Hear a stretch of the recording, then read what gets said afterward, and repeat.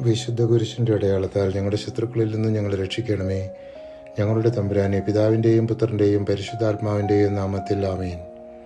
ജെറമിയ 31 അധ്യായം ദൈവത്തിൻ്റെ കരുണയും പുതുക്കലും സംബന്ധിച്ച മഹത്തായ വാഗ്ദാനങ്ങളാൽ നിറഞ്ഞതാണ്. കർത്താവ് അരുളി ചെയ്യുന്നു, ഇസ്രായേൽ ഗോത്രത്തോടും യൂദാ ഗോത്രത്തോടും ഞാനൊരു പുതിയ ഉടമ്പടി ചെയ്യുന്ന ദിവസം ഇതാ വരുന്നു.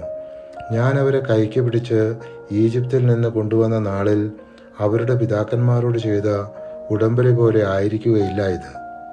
ഞാൻ അവരുടെ കർത്താവായിരുന്നിട്ടും എൻ്റെ ഉടമ്പടി അവർ ലംഘിച്ചു. കർത്താവ് അരുളി ചെയ്യുന്നു, ആ ദിവസം വരുമ്പോൾ ഞാൻ ഇസ്രായേലുമായി ചെയ്യുന്ന ഉടമ്പടി ഇതായിരിക്കും. ഞാൻ എൻ്റെ നിയമം അവരുടെ ഉള്ളിൽ നിക്ഷേപിക്കും, അവരുടെ ഹൃദയത്തിൽ എഴുതും. ഞാൻ അവരുടെ ദൈവവും അവർ എൻ്റെ ജനവുമായിരിക്കും. കർത്താവിനെ അറിയുക എന്ന് ഇനി ആരും സഹോദരനെയോ അയൽക്കാരനെയോ പഠിപ്പിക്കേണ്ടി വരികയില്ല. അവർ വലിപ്പച്ചെറുപ്പമെന്നേ എല്ലാവരും എന്നെ അറിയും എന്ന് കർത്താവ് അരുളി ചെയ്യുന്നു. അവരുടെ അകൃത്യത്തിന് ഞാൻ മാപ്പ് നൽകും, അവരുടെ പാപം മനസ്സിൽ വയ്ക്കുകയില്ല.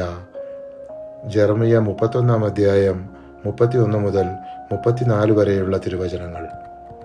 32 അധ്യായം ജെറമിയയുടെ വിശ്വാസവും ദൈവത്തിൻ്റെ വാഗ്ദാനങ്ങളും വ്യക്തമാക്കുന്ന ശക്തമായ ഭാഗമാണ്. അവർ എൻ്റെ ജനവും ഞാൻ അവരുടെ ദൈവവുമായിരിക്കും. അവർക്കും അവരുടെ കാലശേഷം അവരുടെ സന്തതികൾക്കും നന്മ വരുത്തുന്നതിന് അവർ എന്നേക്കും എന്നെ ഭയപ്പെടേണ്ടതിന് ഞാൻ അവർക്ക് ഏക മനസ്സും ഏക മാർഗവും നൽകും. ഞാൻ അവരുമായി ശാശ്വതമായ ഒരു ഉടമ്പടി ഉണ്ടാക്കും.